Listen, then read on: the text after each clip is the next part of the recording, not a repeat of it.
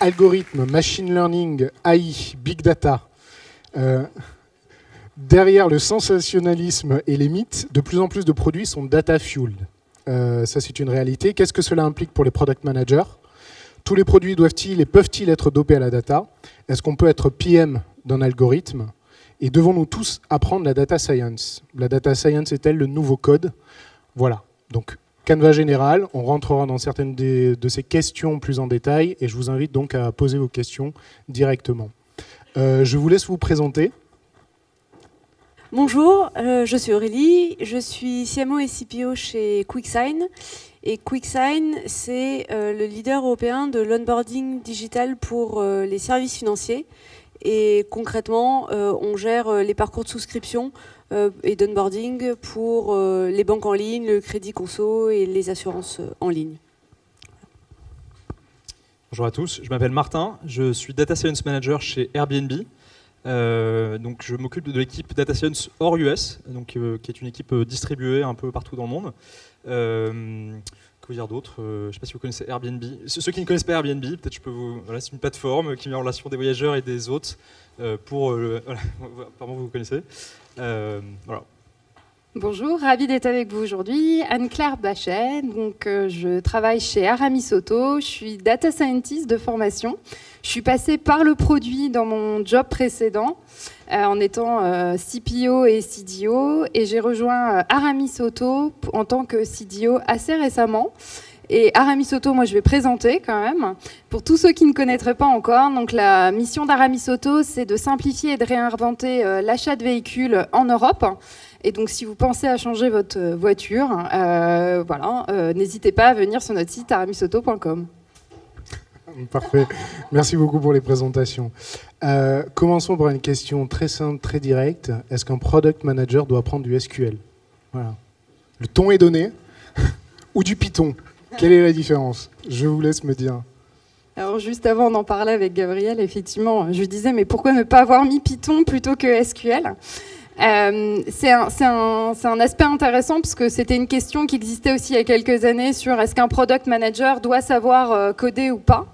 Moi, personnellement, en tant que data scientist de base qui arrivait après sur le produit, je dirais que forcément, si vous savez coder, que vous êtes PM et que vous connaissez un langage, c'est un atout parce que vous arrivez à comprendre les contraintes de l'autre assez facilement parce que vous avez déjà expérimenté, donc vous comprenez les contraintes d'un dev.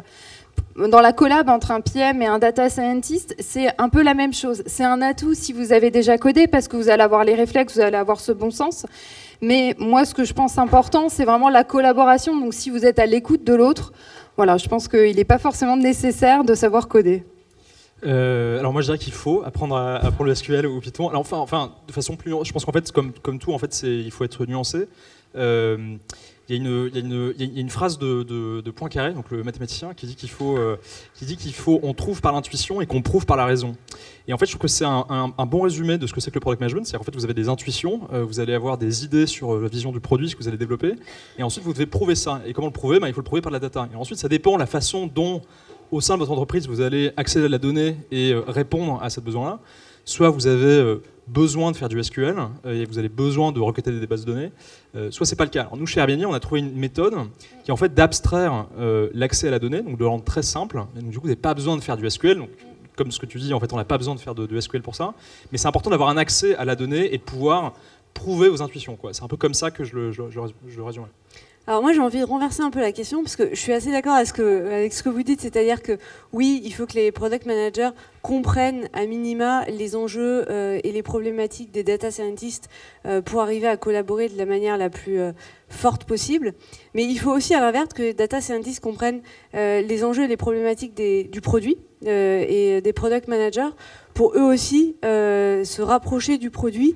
Et par exemple, je sais que chez QuickSign, on a une problématique qui est que les data scientists sont vraiment en mode recherche. Et le mode recherche, c'est pas le temps du product manager qui a une roadmap, qui a des jalons, qui a promis à un client qu'une fonctionnalité allait arriver à un moment donné. Et du coup, arriver à réconcilier les deux timings, c'est un enjeu et les deux doivent se comprendre et comprendre les problématiques de l'autre pour arriver à se retrouver à un moment donné. Ouais, je pense que ce que tu dis c'est clé. Une façon en fait de le résoudre, c'est d'un point de vue de l'organisation. Donc ce que tu dis c'est qu'en fait vous avez des data scientists qui sont un peu en mode recherche, PhD pour faire de l'OCR, pour faire des trucs chez QuickSign. Nous la façon dont on l'a résolu c'est que vous avez des feature teams un peu inspirés du modèle Spotify, vous savez avec des espèces de les tribes, voilà, tribes, etc. Donc, où en fait vous avez une relation très proche entre le product manager et le data scientist, le designer, les ingénieurs, etc. Et donc c'est important qu'il y ait pas deux clans différents et que tout le monde bosse un petit peu dans la même team, quoi. On a résolu la question de la même façon chez QuickSign. Ouais. Et chez Aramis, c'est effectivement la même chose. Il y a des product managers qui sont dans la salle. Et donc, effectivement, au quotidien, on essaye de faire en sorte que data scientist et product manager travaillent ensemble. Souvent, le point sur lequel ils se rejoignent, c'est que dans la conception d'un produit, en fait, ce qui nous rend tous d'accord, c'est qu'on va répondre à un besoin d'un utilisateur, que ce soit un problème, que ce soit quelque chose sur lequel on puisse lui apporter de la valeur. Et ça, souvent, c'est un bon point de départ. Et après, c'est là où en fait le PM, ce qu'il va apporter souvent, c'est un peu une intuition, c'est une vision. Et là où le data scientist va finalement apporter des chiffres qui vont permettre de le factualiser, d'apporter aussi de la valeur, c'est-à-dire dans la conception même de la fonctionnalité. Quand vous êtes sur de la recommandation ou du ranking, finalement la feature, c'est beaucoup un modèle d'IA derrière. Et donc, les deux points, je trouve, qui permettent vraiment de collaborer, c'est vraiment le client, parce que tout le monde se met d'accord. Et souvent, quand on conçoit un algo, des fois, on oublie un peu le client, parce qu'on pense à faire l'algo le plus performant, et c'est peut-être pas ça l'objectif. Et après, on se rejoint souvent sur la partie données, sur la partie mesure, et quand cette collaboration s'effectue bien, on peut aussi retrouver, je crois que tu as un exemple, avec dans la data, on voit des choses et on inspire carrément des features par la data. On peut redonner juste combien de personnes travaillent dans chacune de vos organisations, comprendre un peu la taille des orgas, ça m'intéresse. Nous, on est 80. Produits et data au total Total 80. D'accord. Et sur produits et data Produits data, on est 25. Ok. Airbnb, on doit être, je dirais, 5000 dans le monde, 200 data scientists et je dirais 1000 ingénieurs, à peu près. Je pense que vous êtes une des rares boîtes qui, dès le départ, a investi dans la data science. C'est quasi day one. Ouais, et on essaie de maintenir en fait un ratio ingénieur data scientist qui est en gros de 1 pour 5. Donc dans chaque team, vous avez en gros 5 ingénieurs pour un data scientist, quoi. Et donc chez Aramis, au total, on est un peu plus, on doit être 450, une centaine au siège, donc vraiment dans des fonctions plutôt au siège. Et au niveau produits et data, on doit être à peu près à 15 personnes au total. 15 personnes, d'accord. Parce que j'avais, en vous entendant, tout à l'heure de bien fonctionner, je me disais, je suis dans ma start-up, j'ai peut-être un mec dédié à la data. Comment j'arrive à bosser avec lui, concrètement? Collaboration quand on n'est pas assez taille d'équipe, ou finalement il y a des process où c'est assez rodé. Est-ce que vous auriez des tips à donner justement pour ce type d'organisation plus petite? Moi j'ai juste un exemple donc la personne qui m'a recruté chez Airbnb s'appelle Riley Newman. C'était le 6e employé d'Airbnb et il était data scientist. Et donc c'est intéressant de voir dans des petites boîtes, peut-être si vous avez une petite start-up, j'espère tous pour vous, vous allez devenir aussi gros que Airbnb un jour. Mais c'est intéressant de voir comment est-ce que la graine de l'analyse et la graine de cette idée de rationaliser des décisions a été posée très tôt au sein de l'organisation et que c'est quelque chose qui a été fait aussi parce que Airbnb passé par le Y Combinator, a eu des investisseurs très tôt qui ont été quand même très câblés sur ces sujets-là et sur le fait que très tôt on essaie d'instaurer dans les décisions que vous allez prendre une logique du coup très data-driven. Je donne un exemple qui est très simple de décision que vous pouvez rationaliser. Quand Airbnb a commencé sur les villes qu'il fallait ouvrir, c'est vrai qu'il y avait une espèce d'heuristique pour Airbnb, c'est en gros il vous fallait 500 listings dans une ville pour commencer à initier un peu la pompe du début d'une ville. La question c'est où est-ce que vous allez monter votre prochaine ville, quoi. Et ben pour ça, Riley, du coup, qui était donc la personne qui m'a embauché, a fait la première régression et la première analyse qui du coup allait justifier ses premiers investissements. Donc à n'importe quelle étape de votre développement, vous allez vous poser des questions et à chaque étape, il y a une réponse rationnelle à apporter et donc il faut toujours se poser la question de comment est-ce que en fait, je peux prouver mon intuition, quoi. Et c'est effectivement très intéressant ce que tu dis parce que la manière dont vous allez voir la data développée ou intégrée dans une entreprise, ça va être très révélatrice aussi de son mode de fonctionnement, voire même de sa culture. Et donc, peu importe la taille, je dirais qu'à un moment, c'est plutôt de repérer est-ce qu'en fait, cette entreprise-là est très data-driven ou pas. Donc, si vous êtes dans une start-up et que vous commencez normalement, voilà, vous êtes très sur vos métriques, il y a peut-être un moment où il y a la phase d'hyper-croissance, vous lâchez un petit peu sur les métriques parce que ça va tellement bien qu'on n'est pas dans la finesse. Et très souvent, quand vous réarrivez à un palier de maturité, c'est là où il y a besoin beaucoup plus d'une présence data.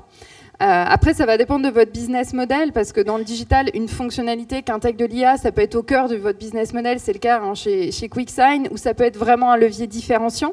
Mais voilà, c'est aussi très révélateur de ça.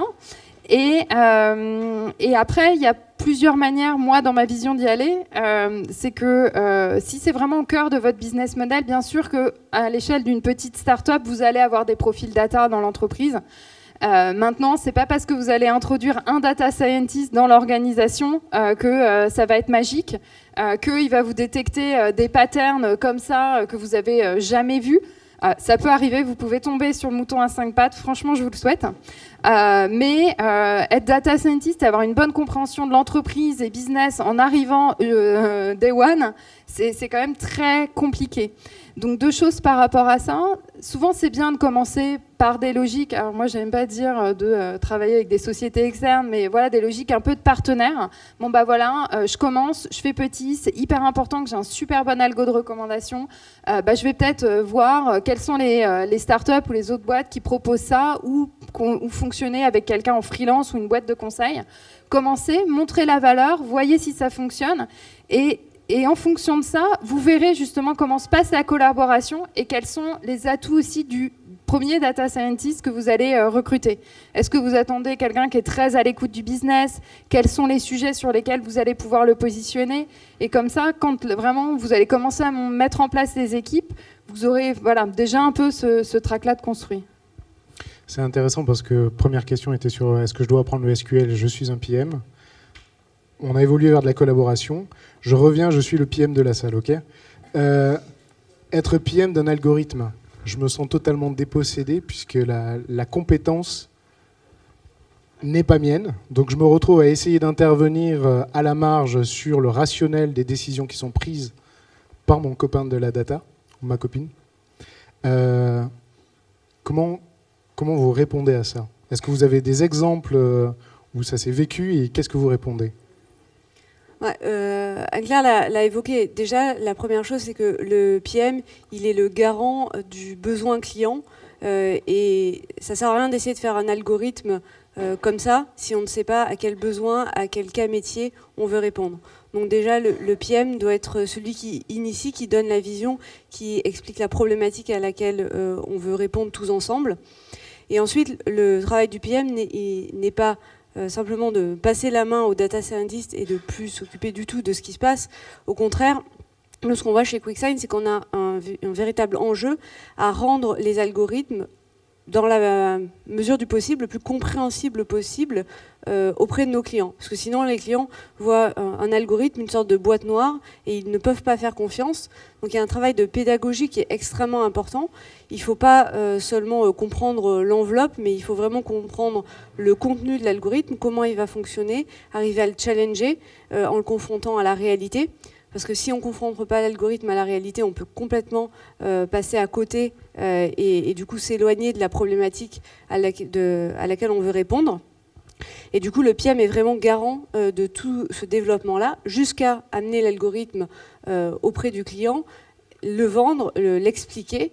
Et je pense qu'il y a un point qui est très important, en tout cas qu'on a beaucoup remarqué chez QuickSign, c'est qu'un algorithme, quand on veut le mettre sur le marché, c'est pas un produit qui est 100% fini.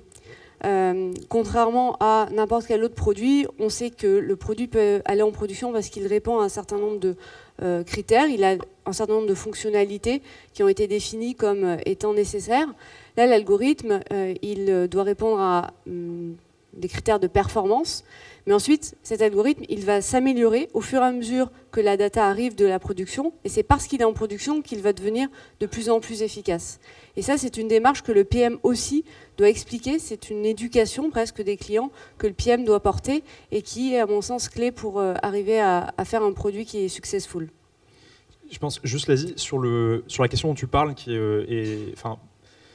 il y a quand même le problème de l'interprétabilité, quoi, qui est un peu un sujet, parce qu'on est quand même en train de bouger vers de plus en plus de techniques. Je prends l'exemple du search chez Airbnb, où en fait, on pouvait commencer sur des méthodes type gradient boosting, où en fait, vous avez une lecture possible en fait, de vos features, et c'est possible de comprendre en fait, pourquoi est-ce que vous avez choisi tel appartement versus tel autre, à des modèles qui sont plus des réseaux de neurones, des trucs un peu deep learning, etc., où par définition, c'est une boîte noire, quoi. Et par définition, vous ne pouvez rien comprendre de ce qui se passe, quoi. Et donc c'est très compliqué de comprendre pourquoi est-ce que vous avez un choix. Et donc ça met un peu en tension la logique un peu traditionnelle du product management, tel que il peut être visible. Je sais pas, c'est différent d'un front où tu as un bouton à cliquer, c'est rouge, c'est vert, puis c'est ça, etc. Là, c'est absolument incompréhensible par définition parce que c'est une boîte noire qui a tout quelque chose. Et donc c'est un peu la question de un peu une espèce de nouvelle sorte de data product qui du coup implique un peu un nouvel type de compétences, quoi. Nous, on a pas mal de gens qui sont passés de la partie data science, qui sont devenus product managers pour développer ce genre de compétences, quoi. Mais du coup, vous avez un peu cette question de gouvernance. Qui fait ça? Est-ce que c'est l'ingénierie? Est-ce que c'est la partie data science? Est-ce que c'est dans le produit? Et la maîtrise de ces algos-là qui deviennent clés dans vos boîtes devient, je pense, un peu une question de pouvoir dans les entreprises, quoi. Typiquement, là-dessus, on n'est pas sur le PM gère le data scientist. C'est vraiment de la collaboration, c'est flat en termes d'organisation, il n'y a pas de rapport hiérarchique de l'un à l'autre. On est d'accord? Non. Non, ok. Et c'est pas quelque chose que vous recommanderiez de toute façon? Non, je pense pas, dans le sens où c'est effectivement des compétences qui sont assez complémentaires. L'un et l'autre ont des choses à s'apporter et peuvent se rejoindre sur un vocabulaire commun. Par exemple, je pense que ce que tu citais en disant finalement quand on est sur des algorithmes auto-apprenants, on a beau leur avoir fait apprendre sur des premiers jeux de test pour voir s'ils fonctionnaient ou pas. Quand on est en prod, il y a beaucoup plus de volume, donc on sait que ça va être meilleur. Finalement, la manière de le dire, c'est voilà, c'est le MVP de mon algorithme. Et en fait, le prérequis pour le passer en prod, c'est que sur mes données de test, il soit à tel niveau. Et puis à un moment, par contre, ce que je vais suivre en critère, c'est clairement sa capacité à s'améliorer dans le temps. Derrière, quoi. Typiquement, comment vous arrivez à concilier dans vos entreprises data science et sprint d'une semaine, 2 semaines? Voilà. J'ai une fonctionnalité, un MVP à développer, je dispose de tant de temps. Comment ça s'intègre? Comment c'est géré? Est-ce que c'est compatible? Alors, moi, je peux vous donner une méthode. C'est celle qu'on fait chez Airbnb, mais après, je pense qu'il y en a sûrement plein d'autres. Nous, le développement du produit, data, ingénierie, etc., se fait sous la forme de cycle qui tourne en gros de 8 semaines. Donc vous avez un début du cycle, vous êtes en train de planifier, de développer votre truc, etc. Fin du cycle, vous présentez ce que vous avez fait comme feature, etc. Milieu, vous avez un petit point de check-in. Et puis on redécoupe ce cycle en des moitiés de cycle. Et puis on découpe la semaine, j'allais dire, à la maille de la semaine. Entre début de la semaine où on fait un stand-up et ensuite à la fin de la semaine on partage ce qu'on a fait, etc. Donc je pense que vous pouvez découper votre temps sous différents trucs. Et après il y a des projets qui spannent sur plusieurs cycles. Après, le truc, c'est qu'il faut faire très gaffe en tout cas dans les projets, et je pense que peut-être on pourra venir sur la question des projets qui ne marchent pas quand vous faites entre data scientist et product manager, faire très gaffe aux projets en chambre où vous prenez votre piolet et votre pelle et vous allez commencer à creuser dans votre coin pendant 2 semaines. Ça peut être très dangereux parce que vous sortez complètement d'une logique justement produit et qui est liée à un cycle de développement. Et donc, il faut arriver à prendre un problème qui peut être... Alors après, des problèmes, il y en a plein, mais des problèmes qui sont larges, les découper en petits morceaux, les faire entrer dans un cycle et arriver, et c'est ça qui est important, je pense, dans la rigueur d'un product manager, c'est d'arriver à faire rentrer des cycles de développement qui peuvent être un peu longs dans un cycle du coup qui est celui sur lequel tourne la boîte. L'autre point dont je veux mentionner qui est important, c'est que alors nous on est organisé sous forme de team. Donc vous avez l'équipe supply, l'équipe demande, l'équipe entre les deux, l'équipe qui fait les prix, l'équipe qui fait les paiements, etc. Donc à chaque fois que vous développez une feature, vous allez forcément avoir des interdépendances avec ces différentes équipes. Et donc un des trucs qui marche bien avec ces cycles, c'est que du coup on est tous en cycle et donc on est tous on est tous en sync si vous voulez avec toutes les autres équipes, quoi. De sorte que on peut se mettre d'accord sur ok, moi j'ai développé ça, pour ça j'ai besoin de telle dépendance et donc on se met d'accord entre différentes équipes. Donc ça, quand vous arrivez à des tailles de boîtes qui viennent un peu grands et que vous avez de l'ordre du millier d'ingénieurs, c'est pas mal pour s'organiser, quoi. En fait, moi je pense que je suis peut-être une des plus anciennes. Quand j'ai commencé, on parlait plutôt de data miner et ce qui était bien, c'était que les algorithmes, comme les réseaux de neurones, ça tournait pas sur de gros volumes, donc les modèles étaient plutôt assez explicables.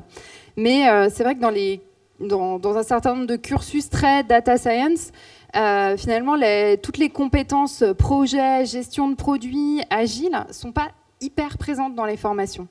Et donc, c'est vrai que là-dessus, moi, je sais que d'être passé avant data science et product, j'ai beaucoup appris sur la méthodo. Et moi-même, j'étais à me dire, ça se trouve, j'ai jamais trouvé l'algo qui va m'aider à être suffisamment performant pour tel truc. Donc, pourquoi est-ce que tu me demandes telle date? Ça se trouve, j'ai aucun algo qui fonctionne. Et donc, je disais, je sais pas, peut-être que je vais te le faire dans 2 mois. Bon. Bref, quoi. Et donc, c'est vrai que j'ai beaucoup appris perso au contact produit, et après c'est pour ça que je me suis beaucoup intéressée au sujet, et c'est des choses que j'ai ramenées après dans la data en me disant quel est ton MVP, c'est quoi les cycles qu'on va se donner, quels sont les points de rencontre que tu as avec la personne qui à un moment va plutôt en produit concevoir ton algorithme, est-ce qu'à un moment vous avez prévu de faire un test utilisateur ou pas. Et un exemple sur lequel on est en test d'ailleurs en ce moment, c'est un algorithme de ranking, pour justement optimiser la transformation en fonction du ranking des voitures sur le site. Et donc toutes les semaines, Océane qui est dans la salle a le point avec Marjorie, la data scientist de mon équipe. Elle voit comment ils avancent, s'ils ont des points de blocage ou pas. On a fait venir aussi donc, les achats qui sont en charge de l'offre des véhicules pour leur dire voilà aujourd'hui, voilà ce que voit l'utilisateur sur le site, voilà les véhicules qu'il voit. Nous, on pense que ça, c'est un problème utilisateur qu'on va pouvoir. Et pour vous, quel serait le bon ranking? Donc, on a considéré que nos utilisateurs, c'était possiblement ceux qui, à un moment, portaient l'offre. On l'a vu aussi avec des collaborateurs en agence, nos commerciaux, parce qu'ils utilisent le site en facing client pour pouvoir leur montrer les produits, parce que la particularité, c'est que nos clients ne peuvent pas voir les voitures dans les agences Aramis Auto. Et donc, on a testé avec tous ces utilisateurs-là. Et donc, je pense que c'est là-dessus, la collaboration apporte cette méthode-là. Moi, justement, je me pose un peu la question de comment je peux justement donner ces compétences un peu product aux data scientists de l'équipe, les petits tips de formation que je pourrais leur apporter là-dessus. J'ajouterais quelque chose, c'est qu'au-delà du timing, effectivement, il y a des contraintes de production que les data scientists doivent avoir en tête, à minima, voire doivent prendre en compte quand ils développent leur modèle. Par exemple, ne pas faire un modèle trop lourd qui serait extrêmement coûteux d'héberger, ou savoir si le client final veut utiliser l'algorithme de manière synchrone ou asynchrone, parce qu'en termes de temps de réponse, ça va influencer aussi ce qui va être fait. Et donc effectivement, c'est là où les data scientists doivent comprendre les problématiques de la production, les avoir en tête pour le timing, mais aussi pour d'autres aspects, et avoir des algorithmes qui au final voient le jour et répondent aux besoins. Dans la session d'avant, on parlait du lien entre produit et marque. Quand j'entends ce travail de collaboration, ça me fait à la fois penser à la collaboration produit-brand comme produit data et développeur. Est-ce qu'on est sur ce même type de relation? Ouais, et alors si je peux juste complètement, et complètement, voilà, point. Il a envie de me recontredire, non? Non, j'ai pas envie de te contredire. J'ai juste envie de dire, en fait, il y a un super article qu'il faut que vous lisiez c'est un truc sur Quora. Ça s'appelle, j'ai oublié le nom de personne qui a écrit. Ça s'appelle Reactive versus Proactive Data Science, et ça parle exactement de ce dont tu parles. C'est-à-dire qu'en fait, vous avez 2 méthodes d'organisation, quoi. Soit vous mettez un data scientist en chambre et vous lui lancez par-dessus, comme ça, le mur, vous lui lancez des requêtes en disant sors-moi le nombre d'autres qu'il y avait à Paris, etc. Prends telle data, etc. Et donc en fait, vous êtes dans une démarche qui est très réactive. C'est en fait, en tant que data scientist, vous êtes juste en train de prendre des requêtes et vous faites ça dans votre coin.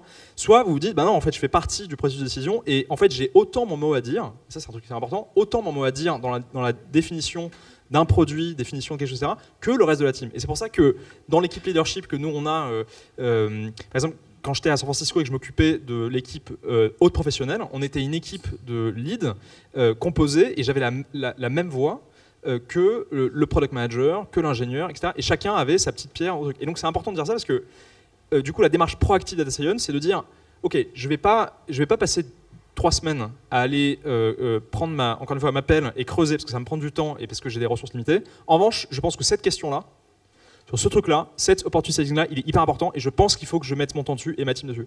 Et c'est important d'avoir ce truc-là parce que en fait, un data scientist c'est très bien en fait les problèmes qui valent le coup d'être recherchés. Et je pense qu'il faut vraiment garder ça à l'esprit. N'oubliez pas que dans ces boîtes, encore une fois, on est 1000 ingénieurs et ça vous paraît énorme. En fait, on est toujours resource constraint. Et en fait, vous allez toujours être contraint par la ressource. Et c'est votre grand problème. Le grand problème, c'est il faut que vous attaquiez à quel problème. Et c'est ça le sujet. Et donc du coup, il faut être dans ces démarches de proactive versus réactive. Et trouver le lien sur Quora, parce que c'est vachement bien écrit. Tout est au mieux dans le meilleur des mondes possibles. Des exemples de fail de collaboration. Arrêtez de me vendre du rêve, là. Alors moi, un exemple de fail. Alors ce qui est drôle, c'est que je pense que pour le produit, c'était pas un fail, et pour la data science, c'était un fail. Donc c'était un projet qui visait à mesurer une affluence et du coup pouvoir restituer à l'utilisateur l'affluence dans une zone géographique donnée. Et donc là, on est parti dans des trucs, aller regarder plein de technologies, différents capteurs, se dire que comme c'est un espèce de vente, on avait tous les ticketing de vente, donc on allait pouvoir prédire combien de personnes allaient venir à ce moment-là dans tel espace. Et donc on est parti sur des trucs de fou.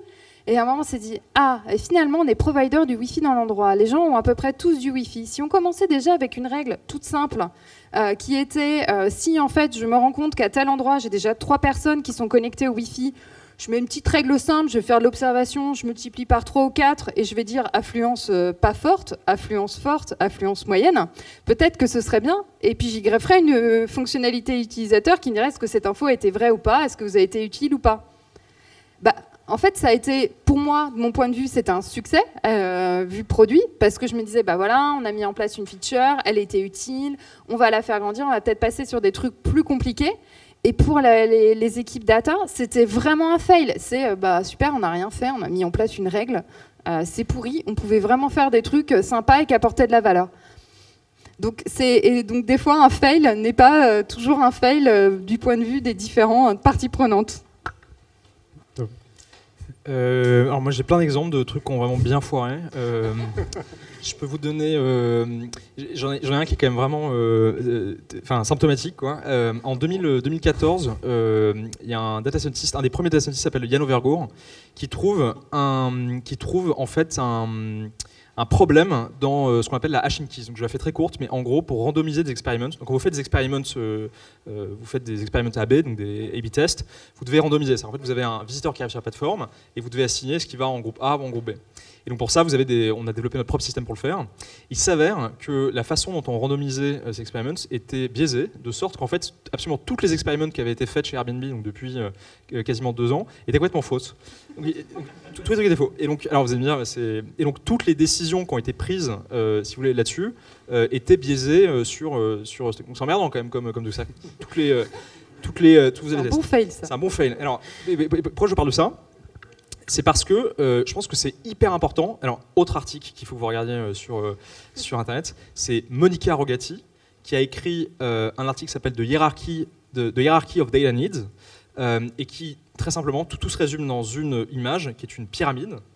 Right, une pyramide, et la pyramide par où il faut commencer. Il faut commencer par la base, très simplement, par l'infrastructure, par juste, il faut commencer par compter des trucs, voilà, juste, déjà, mesurer les choses, savoir compter, et vous serez surpris du nombre de boîtes qui ne savent pas compter, c'est-à-dire qui ne savent pas compter le nombre de ventes qu'ils ont, le nombre de visiteurs qui viennent sur leur site, le nombre de trucs aussi basiques que le nombre de trucs. Et moi, je pense que chez Airbnb, parfois, il y a plein de trucs qu'on ne sait pas compter. Je pense qu'on ne sait pas compter. Bon, voilà. Et ensuite, à partir de ça, vous pouvez développer plus de trucs, des statistiques, des inférences, et plus tard, demain, etc., du machine learning et des trucs de AI, etc. Et la plupart des boîtes ont un peu une espèce de complexe de petits poussés un peu à l'inverse, et veulent commencer par la pointe de la pyramide. Peut-être parce que parfois il y a un peu des espèces de trucs un peu shiny où tu as envie de montrer à ton boss que tu fais des trucs hyper cool, etc. Et on en oublie l'infrastructure et la base qui est juste de construire les routes sur lesquelles vous allez créer votre structure. Et donc ça, c'est hyper important. Donc voilà, juste pour donner cet exemple, il faut absolument savoir compter. Et donc voilà. J'avais un corollaire à ça, c'est si ma boîte n'est pas du tout data-driven, est-ce que c'est grave, docteur ? Et comment faire pour arriver petit à petit à inverser la tendance? Alors, je pense que dans une boîte qui n'est pas data-driven, mais on a accès à la donnée, je pense qu'une des forces, quand on a accès à la donnée, c'est de se confronter, en fait. Donc, à un moment, d'aller se confronter aux principaux chiffres et puis d'aller faire réfléchir.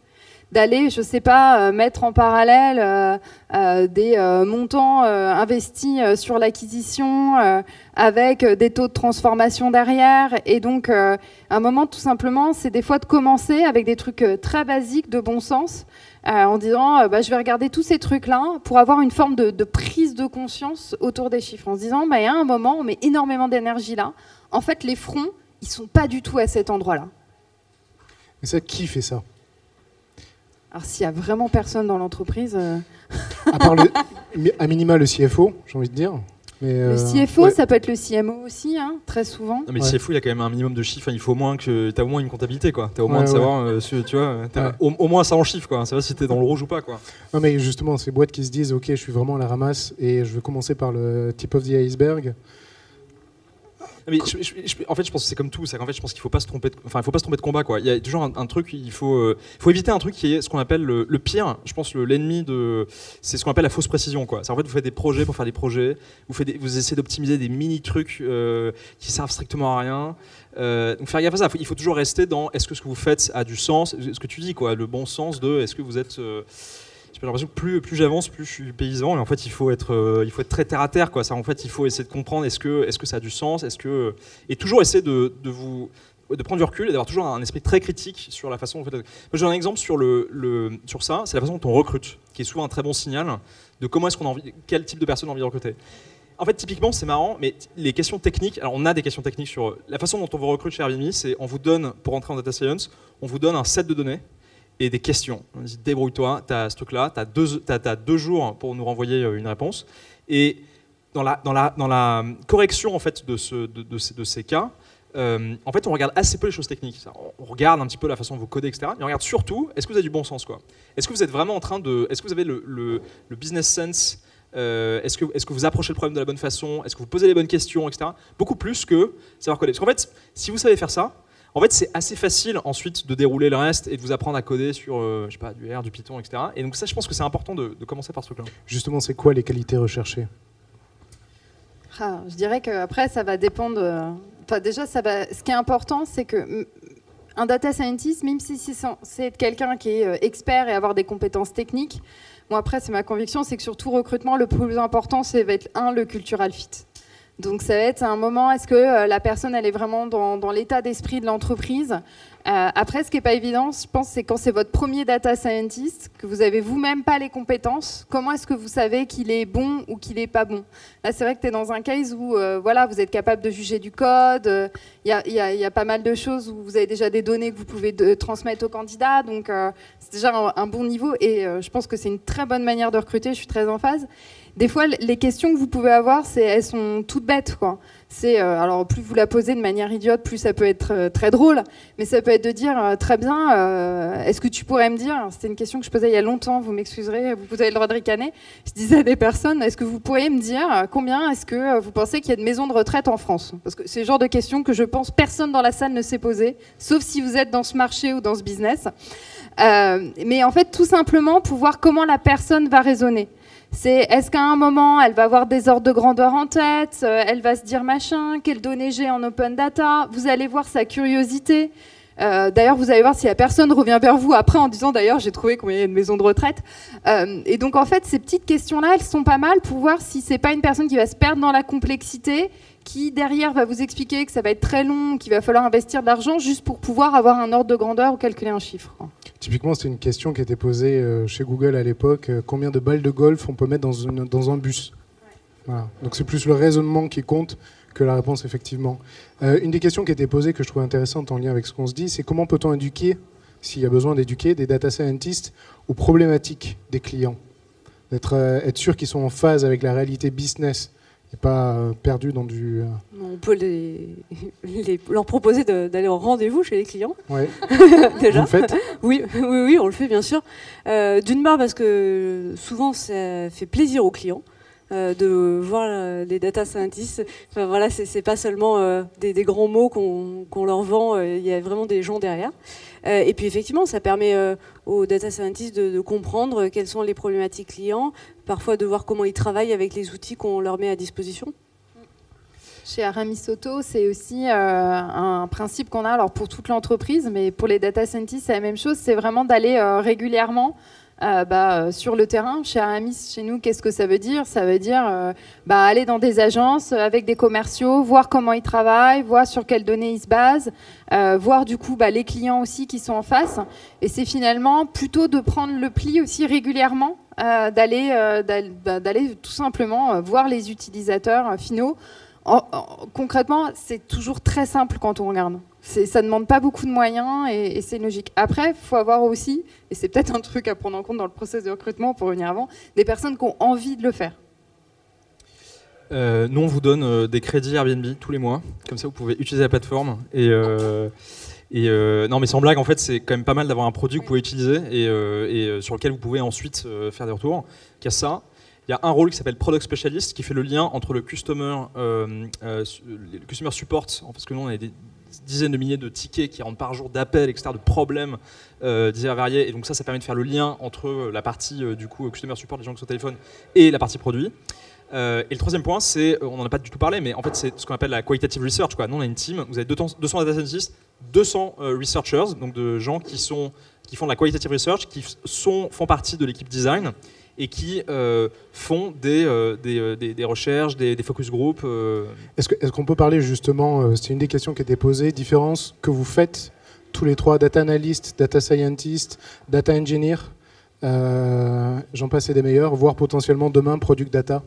Je pense que, alors nous, la façon dont on a résolu ça, c'est data scientist. Maintenant, c'est un mot ça devient un peu, c'est un peu un fourre-tout dans le sens où il y a beaucoup de réalité en fait de métier derrière. La façon dont on l'a résolu nous, c'est qu'il y a 3 tracks de data scientist qu'on va rentrer chez Airbnb. Il y a une track analytics, inférence, algorithme. Okay, et donc quand vous candidatez chez Airbnb, vous choisissez une de ces tracks. Analytics, c'est en gros tout ce qui est analyse descriptive des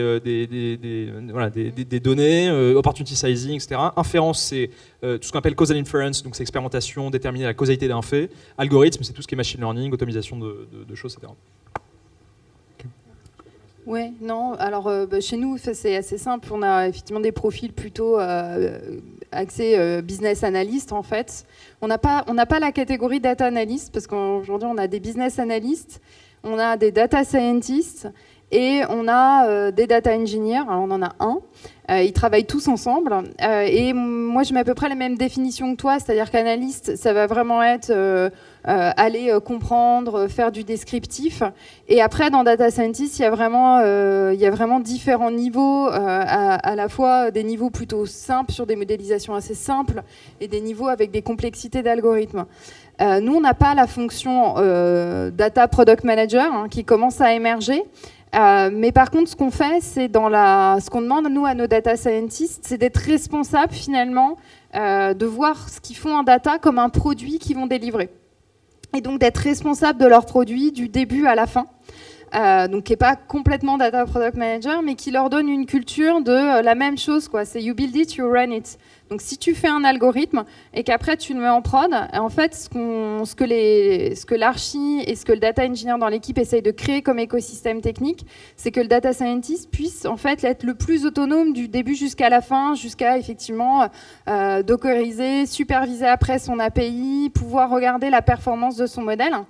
Et nous, ce qu'on demande aux data scientists, c'est effectivement cette conscience de en combien de temps l'API de ton algo de recommandation va répondre, parce que ça, c'est très important derrière pour le product manager, pour l'utilisateur final.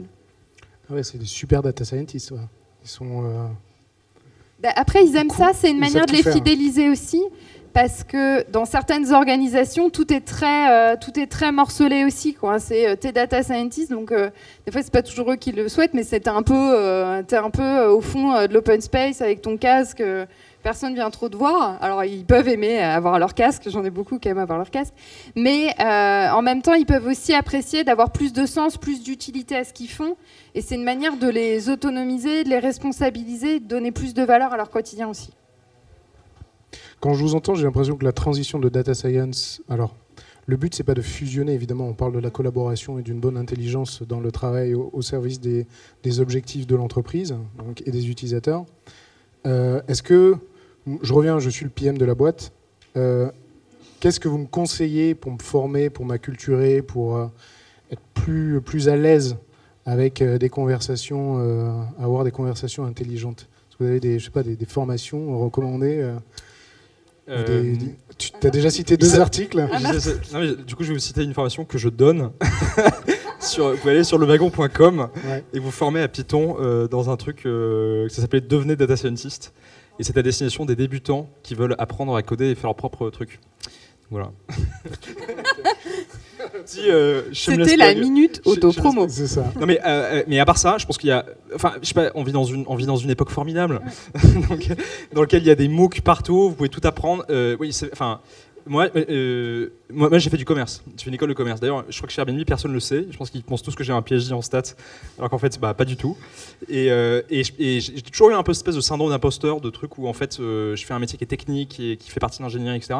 Et en fait, la vérité, c'est que vous pouvez tout apprendre. Vous pouvez tout apprendre en ligne. Vous pouvez tout apprendre aujourd'hui en faisant des MOOC. Il y en a plein. Coursera, il y a un génial de John Hopkins qui vous prend du début à la fin et qui vous forme sur le sujet. Vous pouvez vraiment aller aussi loin que vous pouvez. La réalité, c'est que le changement est tellement rapide sur les technologies que vous avez aujourd'hui, sur les modèles qui changent, etc., qu'en fait, quelqu'un qui a été à l'école il y a 5 ans ou 10 ans n'est plus du tout à la page de ce qui se passe aujourd'hui. Donc en fait, vous êtes toujours obligé de changer, etc.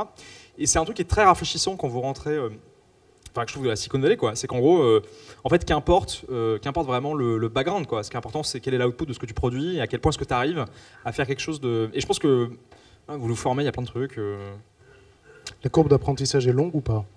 J'ai décidé de mettre demain sur les cours John Hopkins pour pouvoir commencer à être litéré là-dessus. C'est quoi? C'est 1 an, 2 ans? En fait, ça dépend à quel point, ça dépend où vous voulez aller, quoi. Ça dépend, mais par exemple, si vous voulez, par exemple, un rappel simple des statistiques, de faire de l'hypothesis testing, de faire un petit peu de causal inference, un petit peu de trucs voilà, c'est peut-être 1 mois. Vous avez 1 mois, le cours de John Hopkins, c'est très bien fait.